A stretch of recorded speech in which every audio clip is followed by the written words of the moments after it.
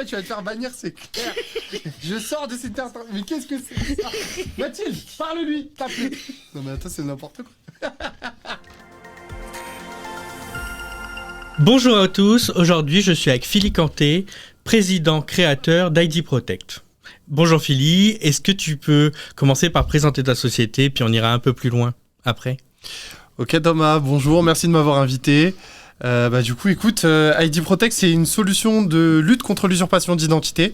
À vrai dire, on a commencé par accompagner les victimes.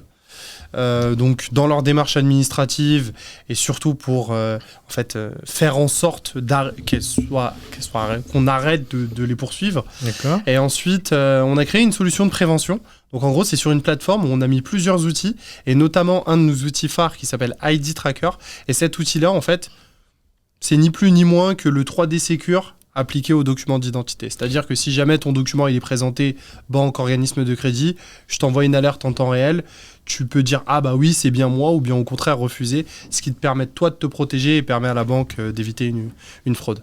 Qu'est-ce que tu appelles l'usurpation d'identité? C'est par exemple si je vais chez le médecin et que j'utilise la carte vitale de quelqu'un d'autre? Clairement, ça c'est une usurpation d'identité. Non, ça c'est une fraude déjà. C'est une fraude, c'est une fraude, d'accord.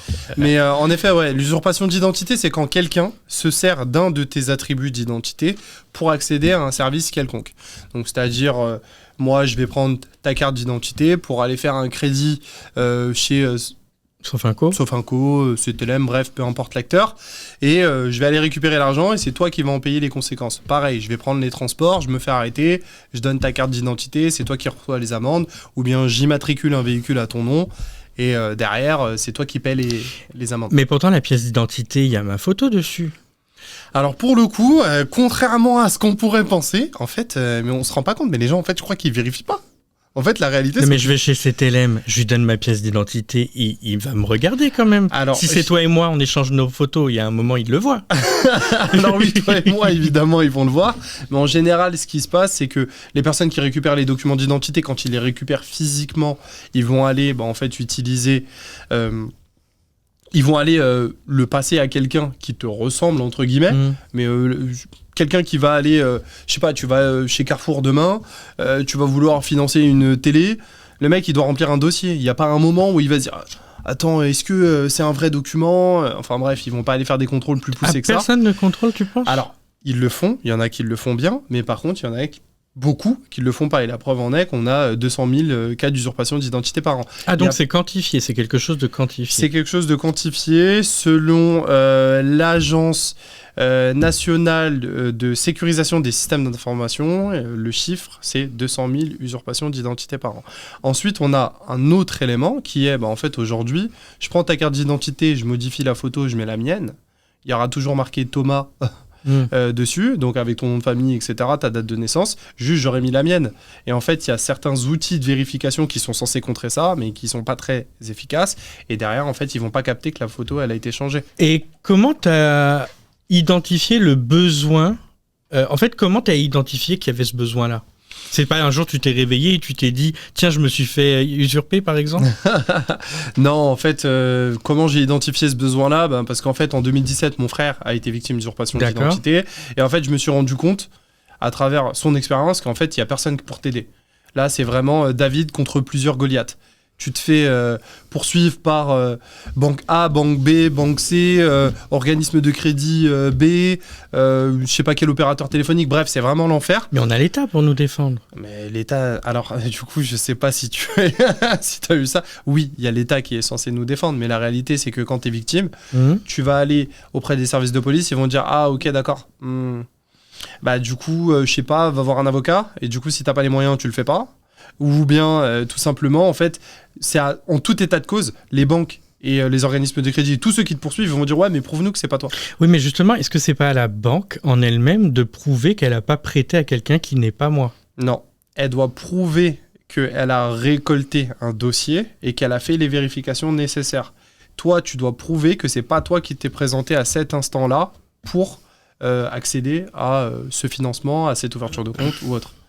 Donc en gros, maintenant que c'est digital, va prouver que c'est pas toi qui étais devant ton téléphone et qui a fait cette Mais c'est ouverture de compte. complètement injuste, en fait, comme situation.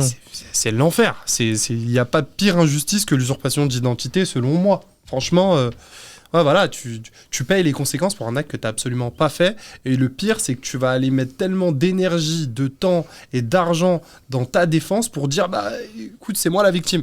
Tu sais, tu me parlais justement de l'État qui te dit, l'État devrait faire ça. Oui, je suis totalement d'accord. C'est une prérogative régalienne, le fait de pouvoir protéger l'identité des citoyens. C'est eux qui nous donnent des identités, donc ils sont censés la protéger. Mais moi, j'ai des victimes. On leur a dit, en fait, change de nom, c'est mieux. Pardon ? Je t'assure, on leur a dit, en fait, change de nom. Ça sera plus simple pour toi.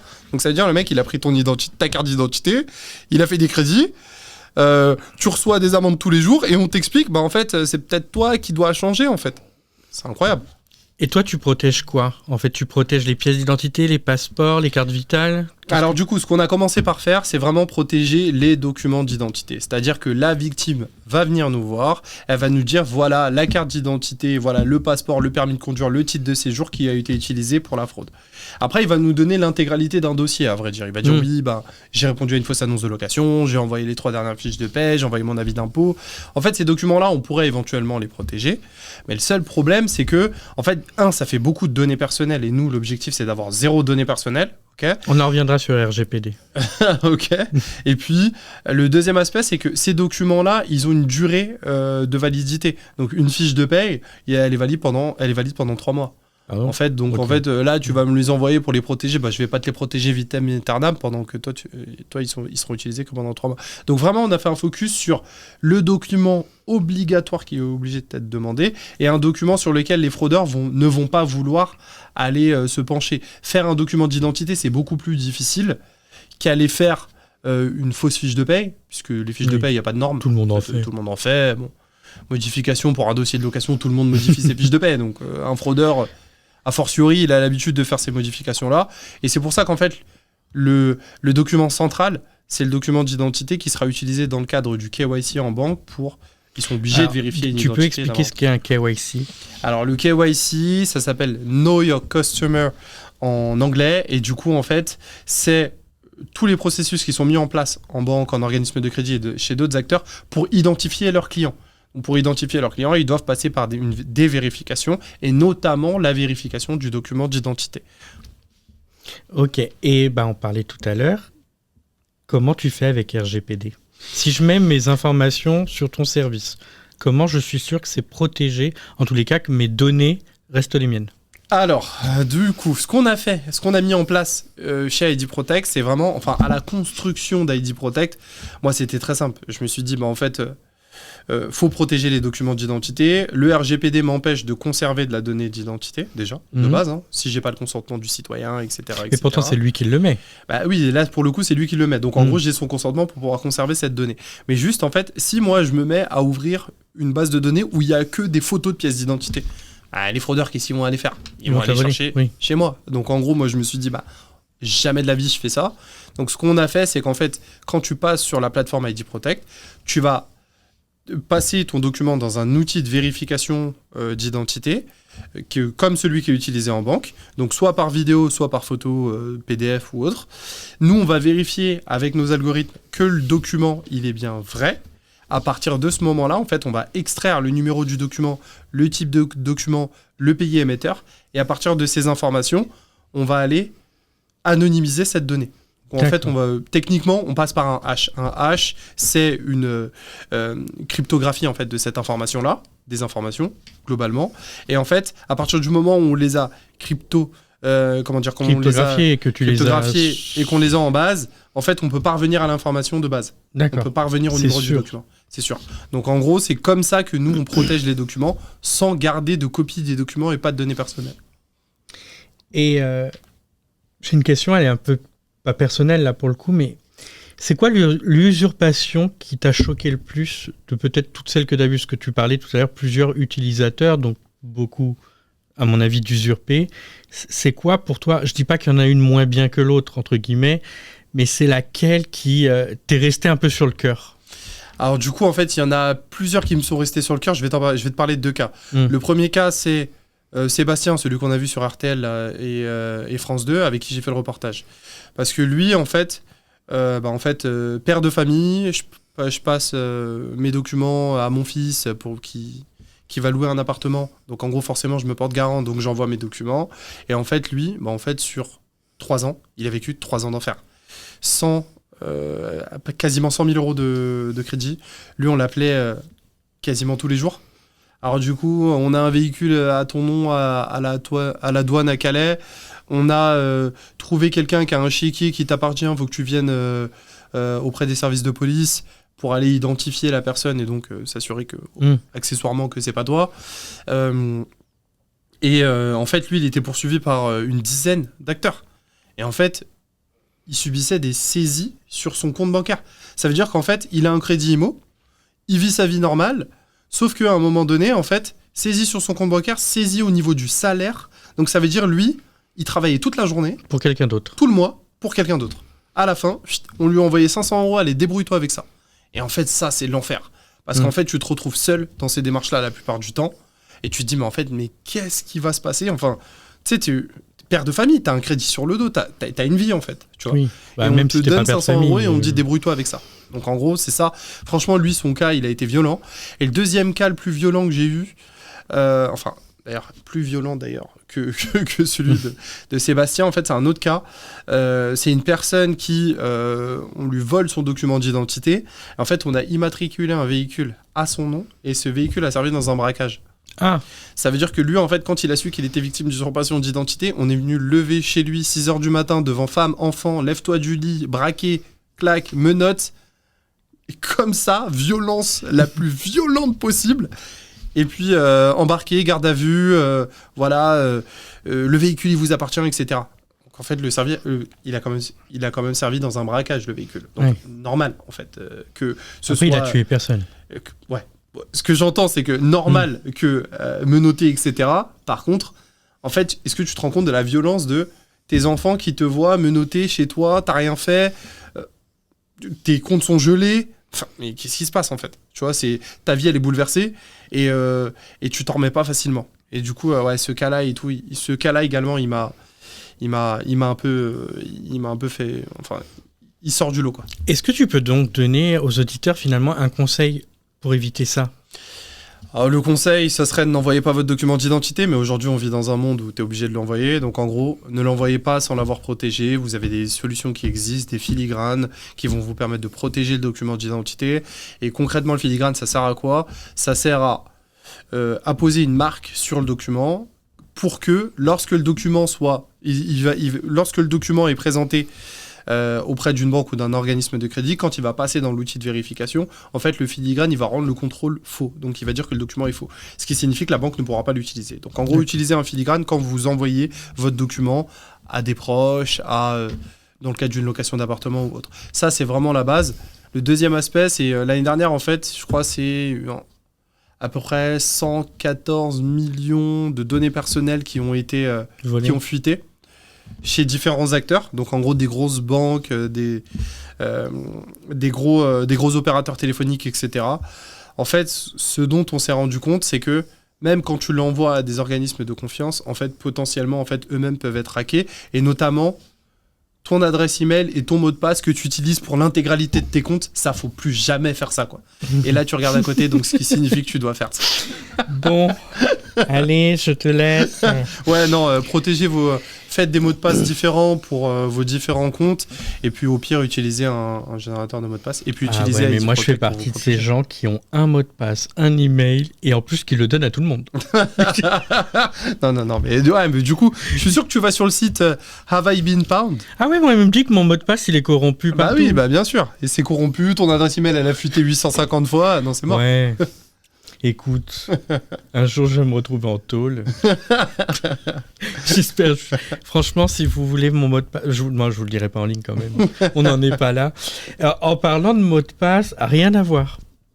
Est-ce que tu as des KPI? Qu'est-ce qui fait que comment tu sais que ça marche en fait ton produit?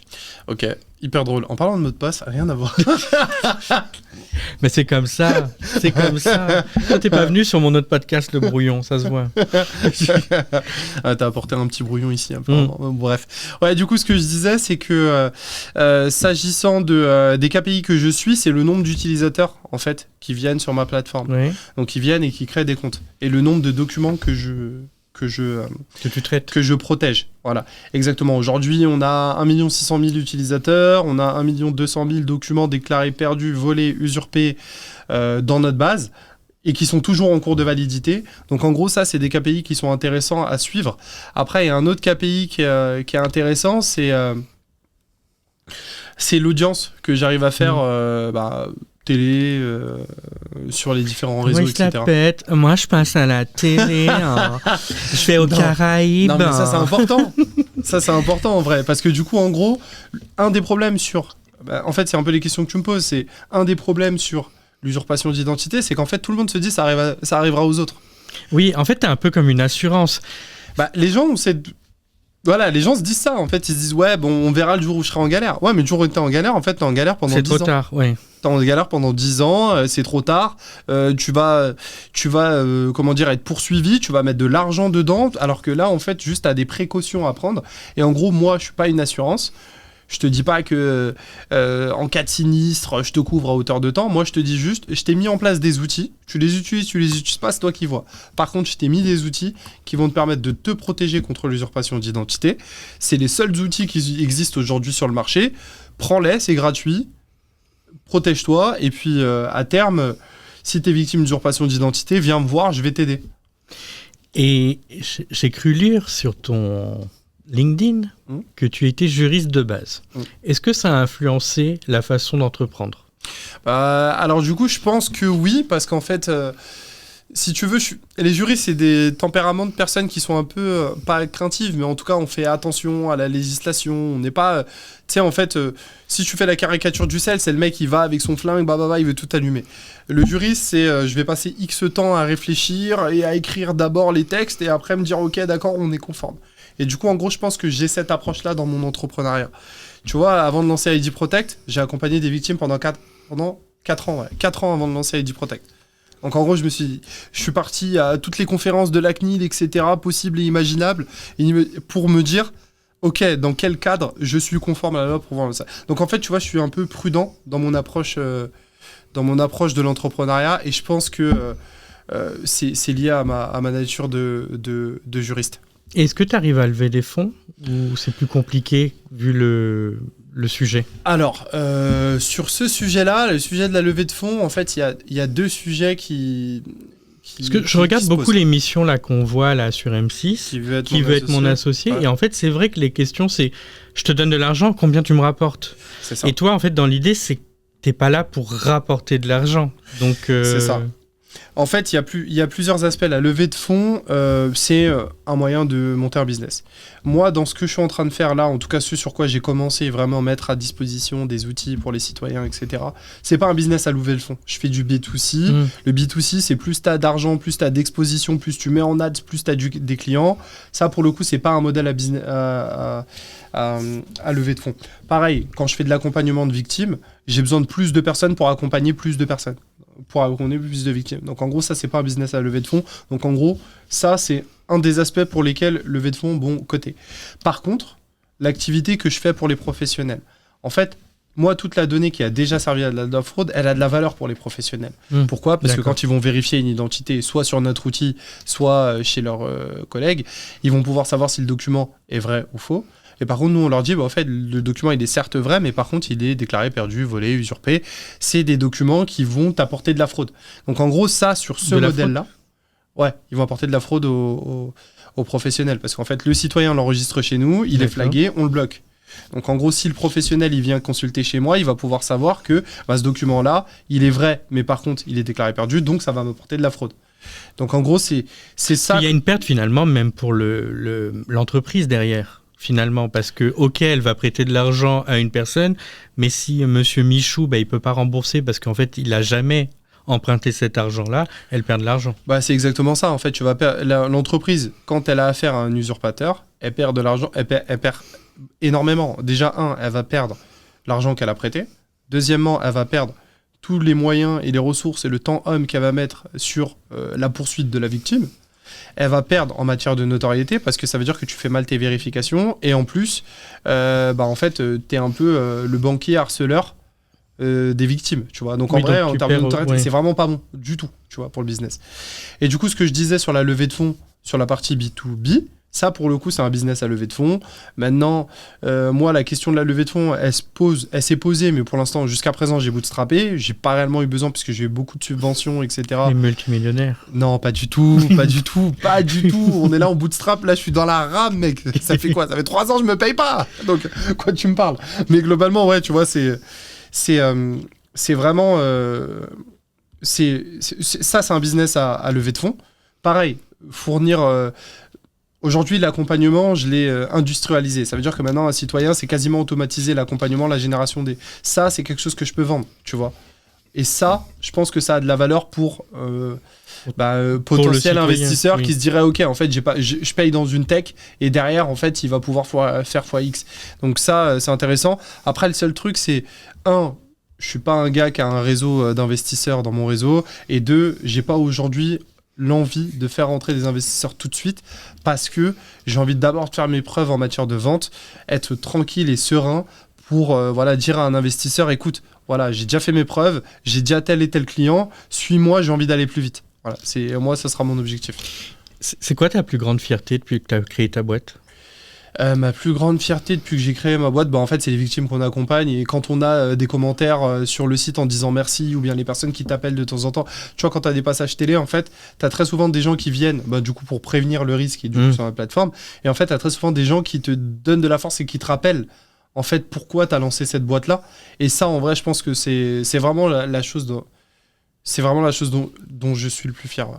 Ah ouais, moi je pensais que c'était quand tu avais serré la main à Macron et que tu lui avais dit alors vous m'aviez promis que vous empêcheriez l'usurpation d'identité c'est vrai que, de vos concitoyens. C'est vrai que pour le coup le pitch, je l'avais travaillé. Ouais. Non, en vrai c'était bien. Cet épisode-là, j'avoue, c'était un fait d'armes. Je sais pas que j'en suis fier, mais juste en gros, je pense que rencontrer des personnalités publiques et leur en parler et essayer de leur demander en fait d'agir sur ces sujets-là, écoute, c'est important, ça fait partie du développement également de mon business, soyons clairs. Mais en effet, c'est... Enfin, quand tu vois Pécresse qui bouge ses petits cils, mais je pense qu'elle a rien compris de ce que tu lui dis. Bon, j'ai encore fait arrêter. Calme-toi. D'ailleurs, j'ai rendez-vous avec ses équipes. Calme-toi. Alors attendez, parce que... Mais c'est vrai qu'elle a terminé pas. Ce que vous voyez pas, c'est qu'on a Mathilde à côté qui est là pour gérer. Elle est en train de retenir son souffle. À chaque fois que je dis quelque chose, elle retient son souffle. Oui, parce que alors ce que tu sais pas, c'est que j'ai été shadowban sur YouTube. Ah ouais ? Parce qu'il y a des mots que j'ai utilisés que j'ai pas le droit d'utiliser en politique. Ah ouais, ok. J'ai été shadowban. Ok, bravo. Et YouTube me dit que j'utilise des trucs politiques. Et à un moment, tu parles d'entrepreneuriat, il y a obligatoirement une notion de politique. Ouais, clairement. Désolé YouTube, désolé. My bad. Chut, allez, on arrête, on continue. J'en suis à venir, en fait. Donc toi, ce que tu me dis, c'est que tu veux pas d'investisseur externe. Pour l'instant, tu veux faire tes preuves. C'est ça. Mais dans ce cas-là, je pense que oui. Hein. Qu'est-ce que tu vois dans l'avenir de l'usurpation d'identité ? Alors, l'avenir de l'usurpation d'identité. Alors, d'abord, l'avenir de l'identité, avant de parler de l'avenir de l'usurpation de l'identité. Tu vois, aujourd'hui, on parle beaucoup de l'identité numérique. Ça va être grandiose, ça va tout gérer. Demain, il n'y aura plus d'usurpation d'identité. Moi, je dis l'identité numérique, il y en a déjà. Déjà, il y a plein d'acteurs qui vont te fournir de l'identité numérique. Aujourd'hui, il y a la Poste, il y a l'État, il y a Iris, qui est une identité d'un acteur qui fait de la vérification. Il y a le truc, là... Bon, bref, je sais pas. Ouais, bref, en tout cas, sur la plateforme France Connect, en fait, tu as plusieurs acteurs qui te proposent des identités numériques. Voilà, il y a Orange. Enfin bref, ils seront 15 à te proposer une identité numérique. Moi, j'ai déjà eu des cas, tu as des victimes d'usurpation d'identité qui sont venus me voir parce qu'on a ouvert une identité numérique à leur nom. Donc en fait, l'usurpation, elle va pas disparaître avec l'identité numérique. Deuxièmement, tout le monde n'aura pas accès à l'identité numérique. Aujourd'hui, c'est au volontariat. Tu as envie de t'en créer une, tu as envie de t'en créer deux, tu as envie de t'en créer 15. Tu fais ce que tu veux. Il y aura certains services qui sont accessibles par l'identité numérique. Et en fait, l'État est en train de le rendre obligatoire, notamment pour l'accès au CPF. En fait, maintenant, ils te demandent une identité numérique. Et du coup, en fait... t'es pas obligé parce qu'en fait, ça voudrait dire que Micheline dans la Creuse, qui a 0 réseau, elle est obligée de passer par l'identité numérique alors que ça se trouve, elle peut pas y accéder, tu vois. Donc en fait, c'est ça. Ça va toujours cohabiter les documents avec l'identité numérique. Donc voilà, pour moi, ça ne fera qu'empirer également parce qu'on voit avec toutes les entreprises. Mais c'est que tout se fait beaucoup plus en ligne qu'avant aussi. Ah, c'est ça en fait. Donc tu vois plus la personne. À l'époque, ton banquier, tu le voyais en vrai. Il te connaît, il sait qui tu es. Ouais, exact. En fait, t'as ça, ton banquier, il te connaît aujourd'hui. Enfin, il te connaissait à l'époque, maintenant, il te connaît plus. Tout est forcément digital. T'envoies ton document à gauche, à droite, comme si de rien n'était. T'es victime de fuite de données tous les 4 matins. Donc, en vrai, toute cette donnée-là, tu crois qu'elle sert à quoi ? En fait, les fraudeurs, ils la récupèrent et après, ils l'utilisent. Mais après, alors pour avoir acheté un appartement, j'aime bien déjà tout faire en ligne. Excuse-moi, propriétaire terrien. Et en fait, j'ai remarqué un truc. Alors, je suis chez BNP, mais tu vois, c'est hyper chiant de devoir leur envoyer des documents, qu'il faille un poids spécifique, que dès que tu envoies un truc, ils veulent pas ouvrir le lien, que tu puisses pas. Est-ce que, je te pose la question, c'est pour moi, je compte racheter, hein. Tu veux pas me mettre un truc qui pourrait être disponible aux banques ? Ça serait beaucoup plus simple. Bah ouais, du coup, en fait, on a créé ça, ID Locker. En fait, c'est un coffre-fort sécurisé dans lequel tu vas pouvoir déposer tes documents d'identité. Et tes documents, ils seront filigranés, donc protégés. Et puis, en fait, nous, on vérifie l'identité de ton interlocuteur. Donc, ça veut dire que si tu échanges avec un particulier, on vérifie l'identité de la personne avec qui tu échanges. Mais au-delà de ça, en fait, les professionnels auront également accès à cette fonctionnalité pour pouvoir, en fait, avoir une plateforme d'échange sécurisée. Est-ce que tu peux me parler d'un de tes plus grands succès ? Plus grand succès, c'est quand on a réussi à lever 100K auprès de Google. Ah oui, j'aimerais d'ailleurs que tu me parles un peu de toute l'histoire, parce que tu ne m'as pas raconté comment t'en es arrivé là. Alors, du coup, en gros, Google lance un concours à l'échelle européenne. Alors d'abord, on va parler d'abord du background avant même de lancer le concours. En fait, Google, ils sont partis étudier à travers le monde, dans les pays dans lesquels c'est légal, en fait, la mixité au sein des entreprises est corrélée à la performance. Donc en gros, ils se sont rendus compte que les entreprises qui surperforment, c'est toujours des entreprises où il y a beaucoup de mixité. Genre en gros, on veut pas que ce soit Corentin HEC, Corinne HEC et c'est ce qu'on parlait avec Bastien Ricio. Hein, c'est de quoi on parlait la dernière fois avec Bastien Ricio, justement. C'était avec toi, en fait. Oui, parce que je connais Philly. Excuse-nous. On fait style qu'on se connaît pas depuis tout à l'heure. Non, mais on a été à un événement. Tu te rappelles pas cet événement où le mec est appelé sur scène et je te jure, il y a le côté où le présentateur qui dit « Ah, vous savez, il a complètement galéré, c'était très difficile pour lui. Après HEC, il s'est battu pour pouvoir monter sa boîte. » Et sa start-up avait genre 6 mois. Ouais, sa start-up avait 6 mois. Et puis toi, tu es là en train de te dire « Mais attends, il y a des gens, ils galèrent vraiment. » Parce que toi, t'as pas fait HEC, t'as été juriste et tout, mais j'ai envie de dire... On peut considérer qu'on vient de banlieue, nous, et que pourtant on y est arrivé. Bah clairement, pour le coup, ouais, et je pense que ça est arrivé qu'on me le rappelle. Hein. Ah bon ? Ouais, c'est arrivé qu'on me le rappelle. Moi, je t'avoue, je vais me faire bannir. Je vais dire quelque chose de très grave. Mathilde, retiens-toi. Je me serais dit, venant d'un noir, faire travailler sur l'usurpation d'identité... Toi, tu vas te faire bannir, c'est clair.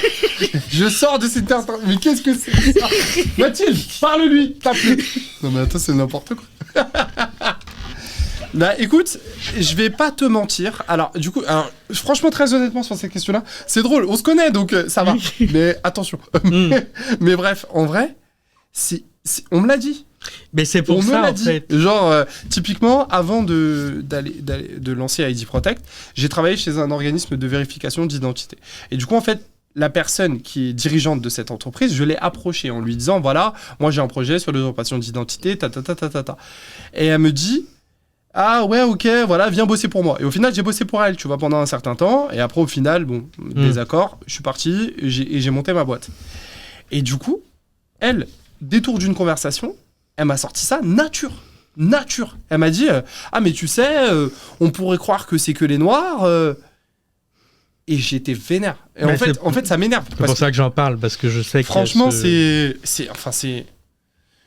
forcément tu seras confronté à ça, mais en fait, bon, écoute, tu passes à autre chose. En attendant, tu as été invité par Pharrell Williams. Ah Comment il s'appelle? Bah c'est ça, c'est Pharrell. Oui, mais Pharrell. Bah Pharrell Williams, il s'appelle. Oui, c'est son fonds, oui. son fonds d'investissement. Voilà. Black Network. Toi, tu as été invité par Pharrell Williams. Ouais. Donc, et bah oui. Et bah ouais, exact. Donc pour en revenir à l'histoire de Google, ils ont fait cette étude, ils ont dit à travers le monde, les entreprises qui fonctionnent le plus, c'est les entreprises avec un board divers, donc dirigeants. Et du coup, ils se sont dit comment nous, on peut avoir un impact là-dessus. Sur, en fait, l'inclusion. Donc ça, ils l'ont fait pour les femmes, pour différents types de... Pour également c'était le les Black Noirs, Ambition, c'était quoi? Hispanique, hein? C'était Black... Black... BBF, c'est... Non ouais, c'est BBF. Black Founders Fund. BFF. Black Founders Fund.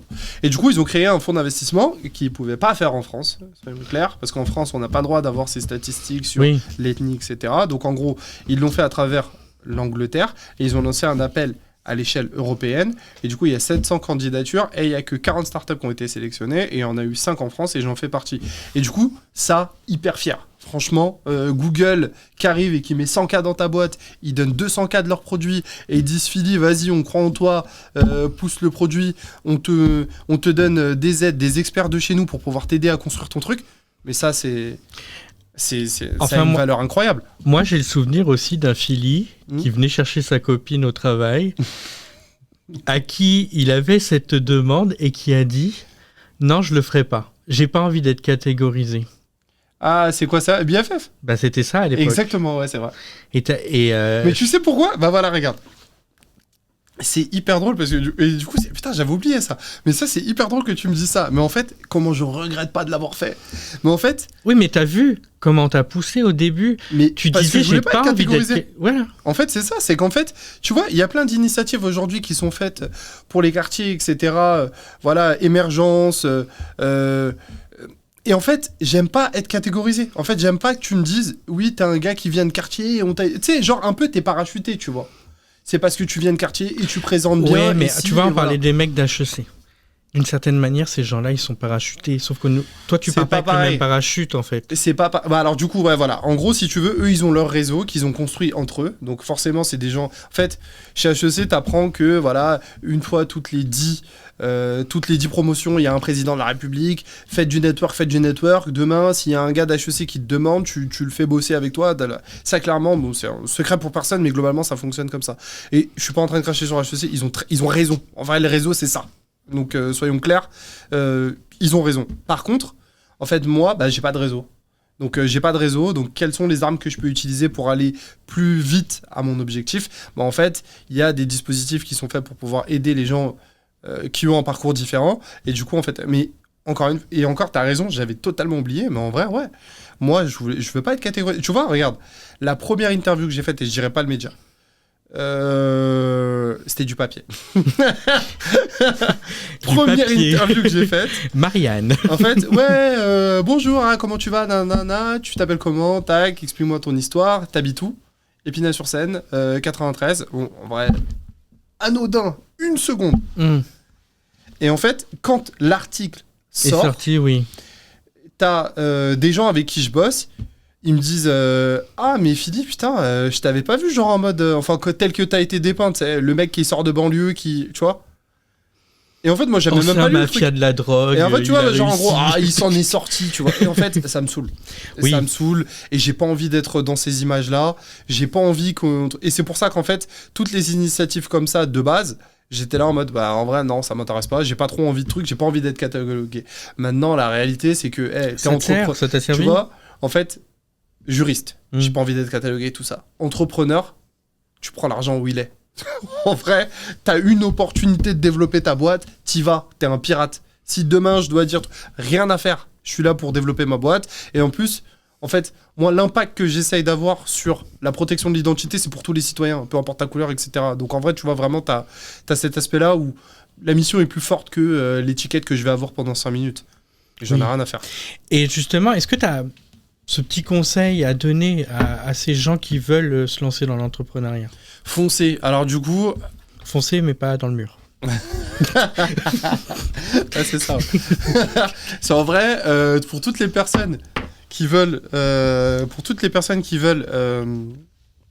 se lancer dans l'entrepreneuriat, ce que je leur dis, c'est foncez. Allez-y.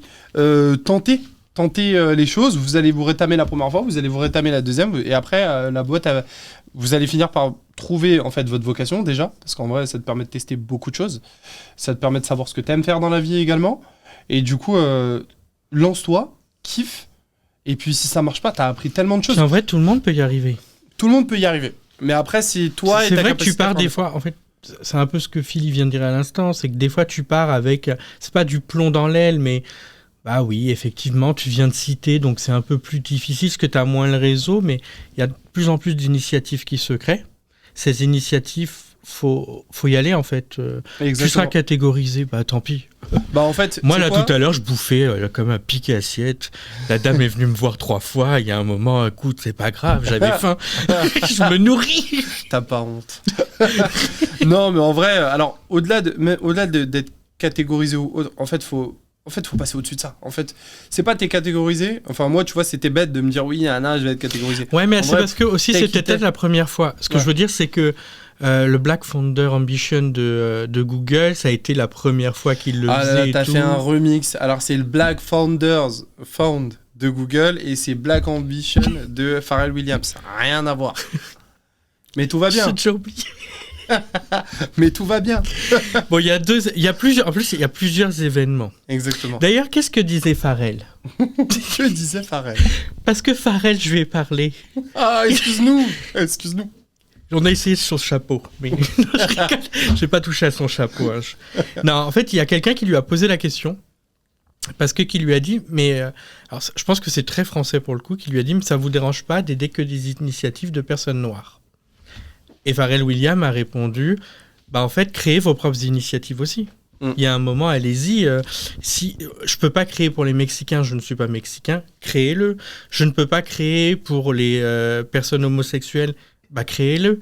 Donc en fait, vous pouvez aussi. Bah, effectivement, l'argent de Pharrell, c'est plus facile de créer des choses. On n'a pas son argent, mais en fait, il a raison, c'est que des fois, bah, ça n'existe pas. Crée-le et tu t'en fous. Clairement. En fait, tu auras toujours. Même, tu vois, on critique pas. On bitch un peu là sur les gens d'HEC. Mais voilà, même eux, qu'on soit de Cité, qu'on soit d'HEC, il y a toujours quelqu'un qui va parler sur nous et qui trouvera qu'on fait pas comme il faut. Bah, c'est exactement donc, ça. Allons-y. Hein. Bah, c'est ça, en fait. Bah, Google, en fait, ils ont bien compris ça. Donc, en fait, ils ont des initiatives un peu partout. Hein. Ils font tout. Que ce soit LGBT, que ce soit moi, black, le problème de hispanique, Google, c'est que j'ai l'impression que, voilà, comme tu dis, ils font tout. Au point que je me demande si c'est pas juste pour le faire. Non, en fait, alors du coup, il y a un gros aspect qu'il faut pas oublier.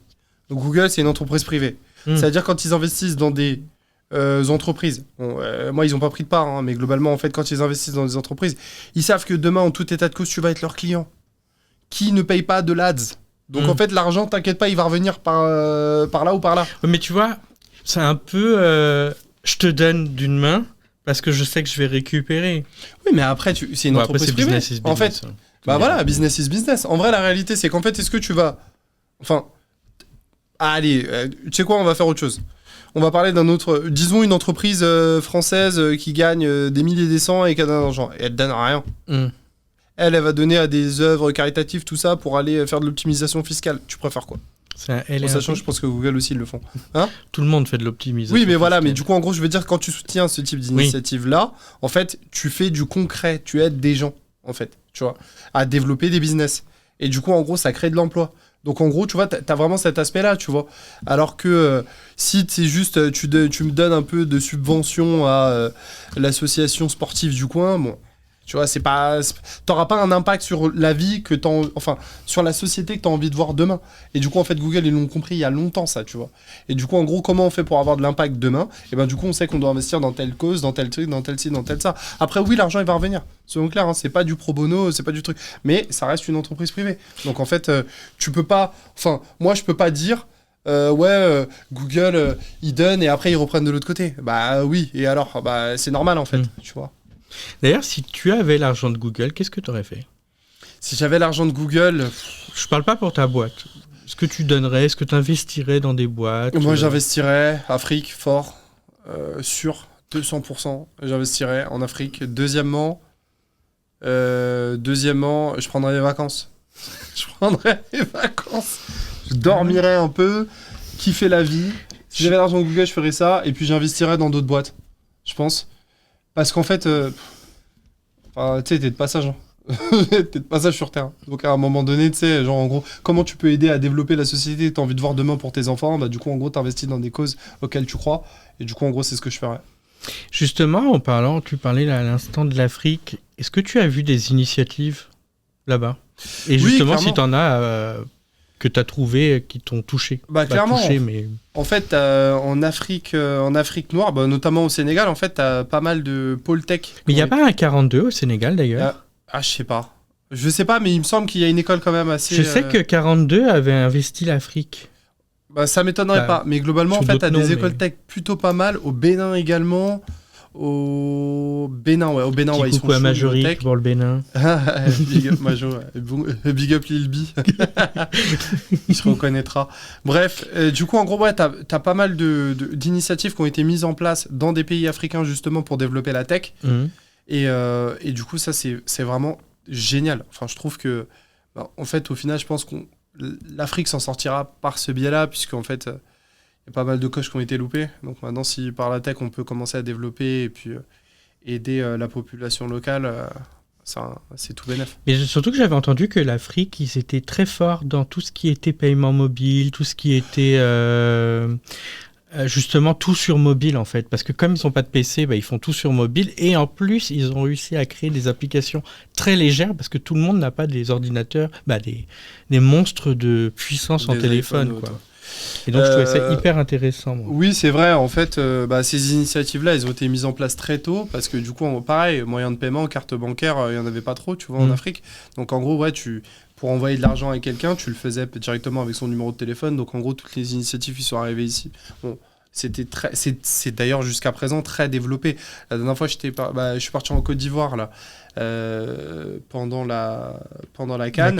Et du coup, en gros, je voulais réserver un hôtel. Et du coup, il disait ok, d'accord, t'envoies à tel numéro là. Il y avait un QR, je t'envoie l'argent. Et du coup, c'est la réservation, tu vois.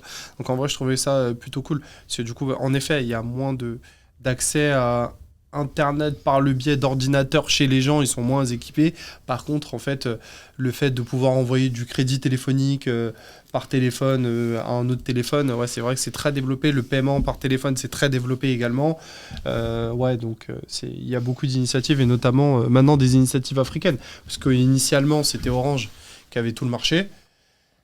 Et après, il y a eu des initiatives locales qui ont été développées par des acteurs locaux, et puis ils ont pas mal bousculé Orange sur ces pays-là, quoi.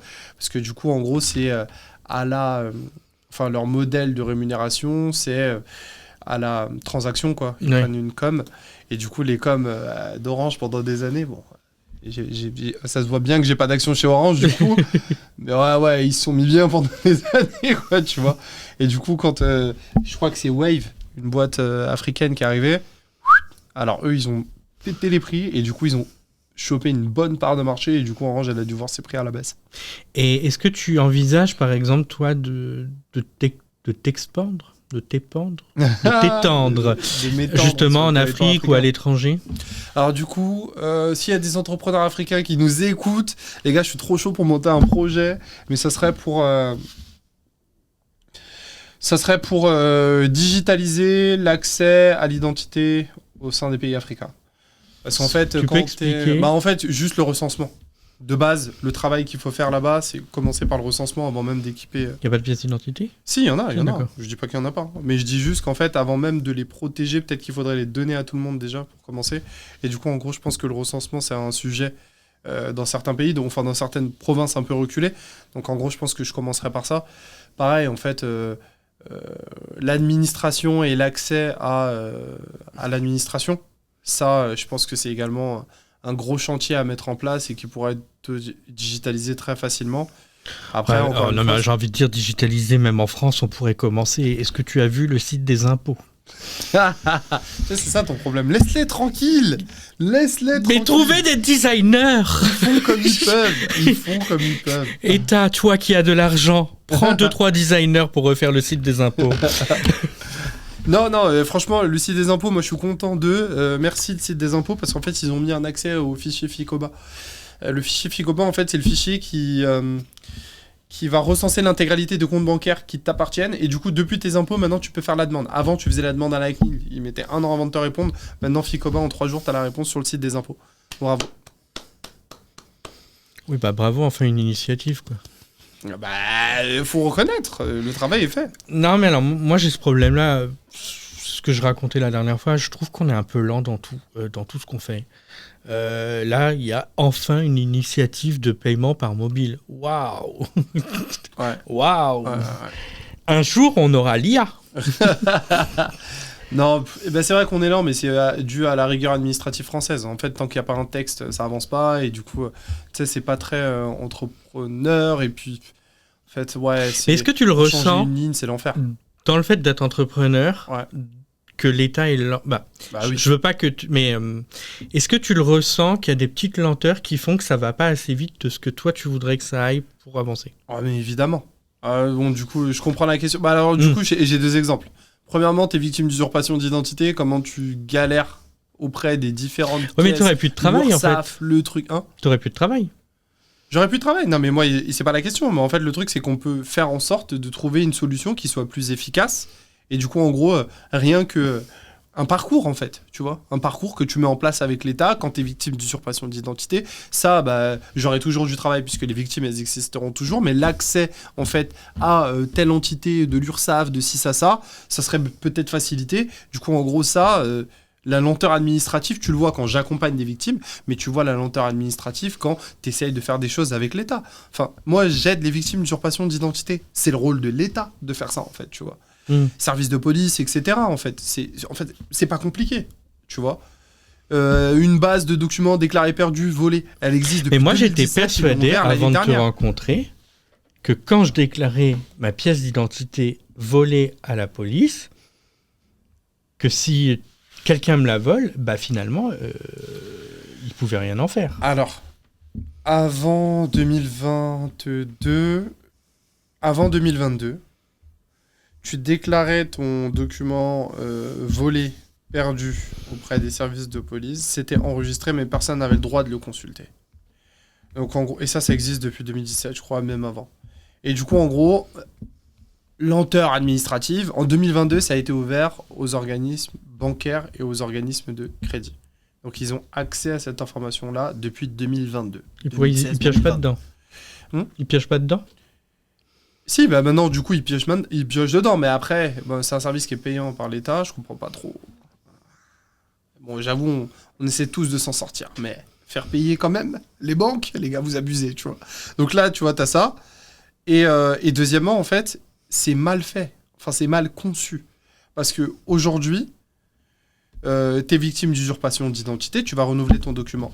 Quelle est la case que tu vas cocher administrativement parlant si toi, tu as ton document d'identité? Tu vas dire quoi? Tu vas dire volé? Non, en fait, il n'est pas volé. Et en fait, tu sais que c'est répréhensible en fait, de faire une fausse déclaration. Pareil sur le vol. Perte, en fait, tu l'as pas perdu. Tu es là dans tes mains. Donc en vrai, un document, une personne qui est victime d'usurpation d'identité, cette information, elle n'est pas recensée par l'État.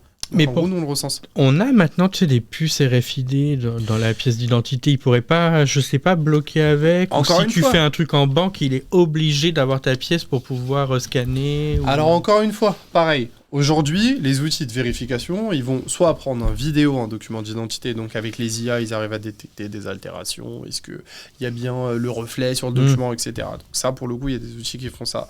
Tu me parles de la puce. La puce, qui lit la puce? Je sais pas. Voilà, tu as répondu à la question. Personne ne lit la puce. En tout cas, en banque, organisme de crédit, retail, etc., ils lisent pas la puce. Deuxièmement, tu es une boîte privée, tu as envie de créer un outil pour pouvoir lire la puce. Aujourd'hui, le document français, tu as interdiction de le lire. Pourtant, on est sur un open... Tu sais, normalement, tout est open source en France. Et devrait l'être. Pas du tout, pas du tout. Alors, pas du tout. La puce sécurisée qui est dans le document d'identité, aujourd'hui, tu es une entreprise privée, tu n'as pas le droit de la lire. parce que t'as pas l'autorisation en fait. C'est administrativement parlant, c'est interdit. Il y a plein de pays d'Europe où ça passe. Aujourd'hui, en France et en Allemagne, tu peux pas le faire. Tu peux pas la lire. Donc en gros, rigueur administrative, encore une fois. Dans combien de temps ils vont nous donner la possibilité de pouvoir le lire ? On sait pas. Mais tu vois, en fait, c'est ça. Pareil, la nouvelle carte d'identité, à partir du moment où tu l'as scannée, en fait, ta puce, ça sert à rien.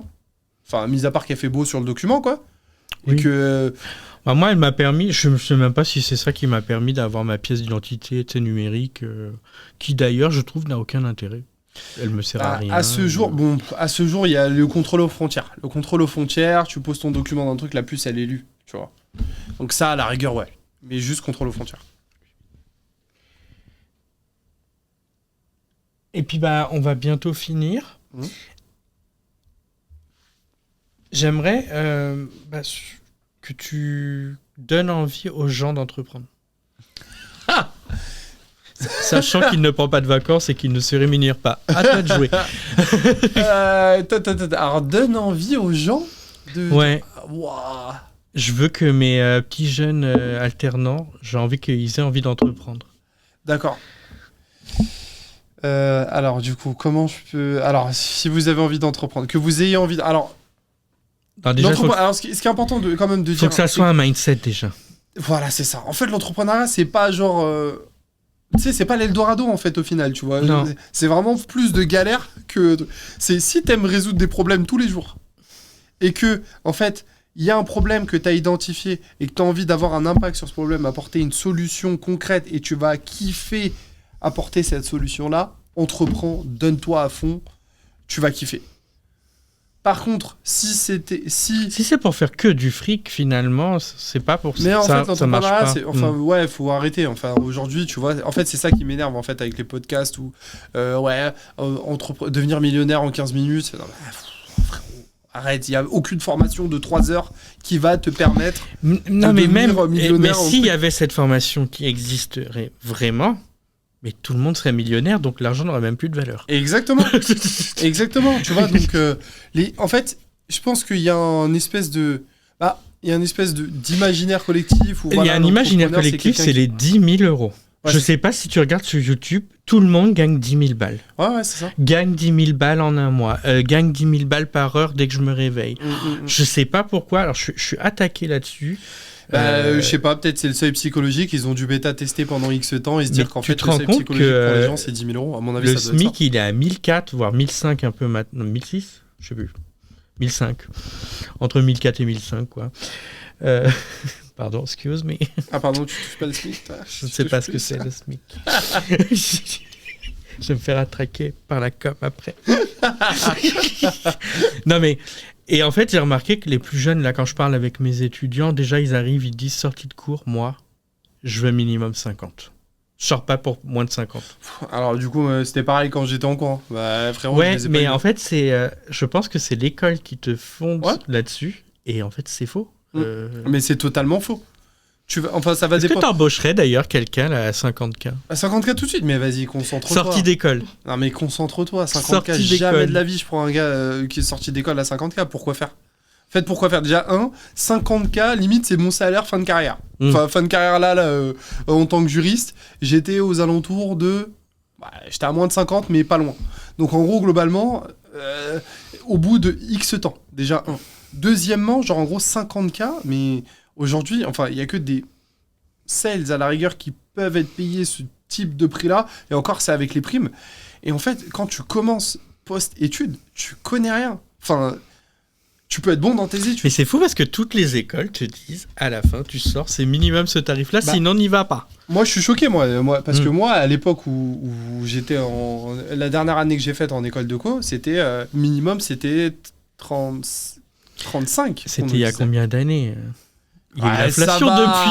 Il y a eu l'inflation depuis. C'est pas faux. C'est pas faux. Putain, je suis vieux, merde. Il y a eu la crise des surprimes. C'est vrai que c'est pas faux. Mais ouais, bah oui, mais d'accord. Mais après, eux, ils essaient de légitimer le prix de leur école. Non. L'école, elle a coûté 50K. Donc en gros, tu vas demander 50K dès ta première année. T'inquiète, tu vas rembourser ton Non, je dis ça parce que moi, j'ai des gens. Je les vois tout le temps, mes petits étudiants. Ils sont cool, hein. Sauf que, c'est vrai qu'ils ont le mindset de dire, de toute façon, l'école nous a dit, on sort, on a ce tarif-là. Et en plus de ça, ils te disent, moi, je veux entreprendre. C'est-à-dire, je sais pas, ils ont vu Shubham Sharma qui leur a dit, en ligne, entreprends. Shubham Sharma, le pauvre. Shubham Sharma, en plus, c'est un bon gars. J'adore. Non, je dis pas qu'il est génial, mauvais. ce mec. Mais justement, c'est que il te donne envie de réussir et avec lui, tu sais que tu peux y arriver et que ça a l'air simple. Alors que lui-même, il a galéré, en fait. Ah non, mais après lui, deux choses différentes. Hein. Lui, il est juste dans l'entrepreneuriat, comment tu peux optimiser, enfin, utiliser Notion globalement, en fait, c'est ça qu'il fait. Mais en fait, il te donne des clés pour utiliser Notion. Il te dit pas demain tu vas être millionnaire, tu vois.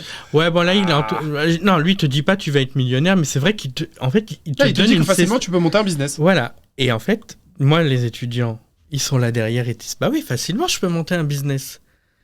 Et là, ils te disent tu claques des doigts, t'es multimillionnaire demain. Non, les gars, oubliez ça. Ouais, c'est clair. T'as plus souvent pas de vacances. Ah ouais. Ouais. Non, surtout en fait. Ah, si, il y a une petite dernière. Il reste très peu de temps parce que sinon on va se faire virer. C'est quoi ta pire galère? J'adore ça. Une petite souffrance. Là, j'ai envie de me pincer les tétons, tu vois. C'est ça ton problème. Ma pire galère. La pire galère que j'ai faite. Ou la chose qui a été la plus dure depuis que tu as commencé. Le recrutement. Ah ouais. Celui qui pue? Non. Chut. Non, ça c'était simple. Non, le recrutement. En fait, en global, ouais.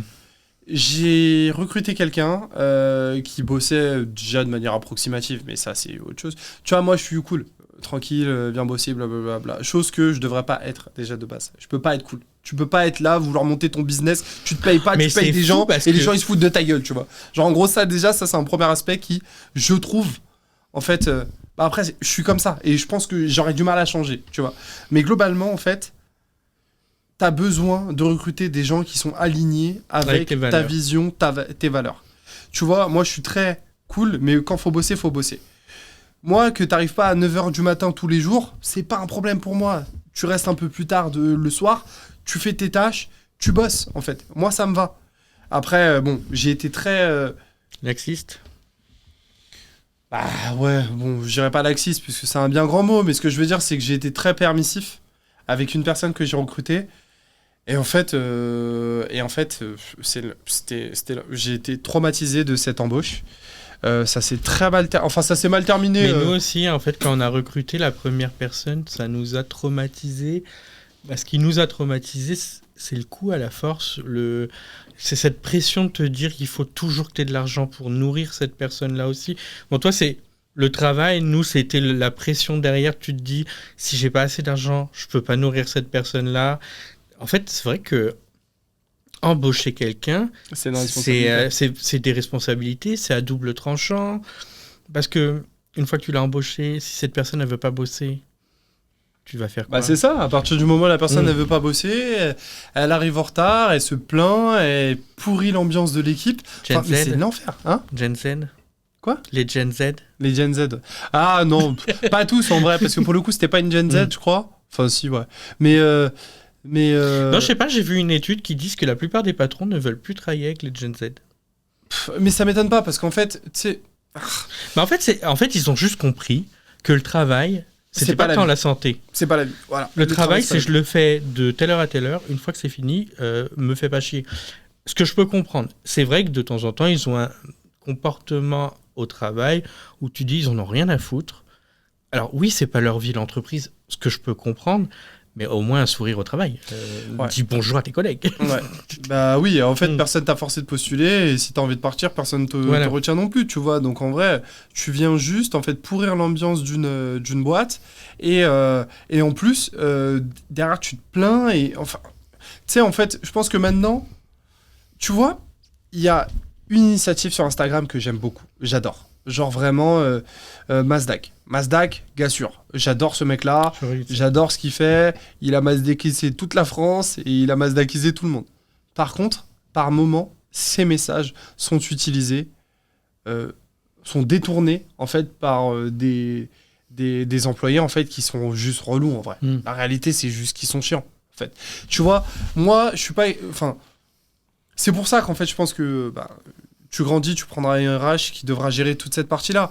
Mais la réalité, c'est qu'en fait, tu sais, en fait, moi, je suis un humain, j'ai une entreprise à taille humaine.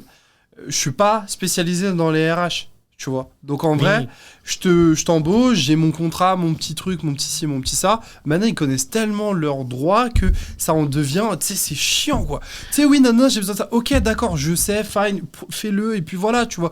Moi, toutes ces problématiques-là, je suis pas dans ça. Je suis plus, tu sais quoi, j'essaie de créer une boîte qui a un réel impact pour demain. Viens, on se concentre sur ça, tu vois. Et puis, si t'as besoin de quoi que ce soit, un jour, un truc, un off, un ci, ça, je sais pas...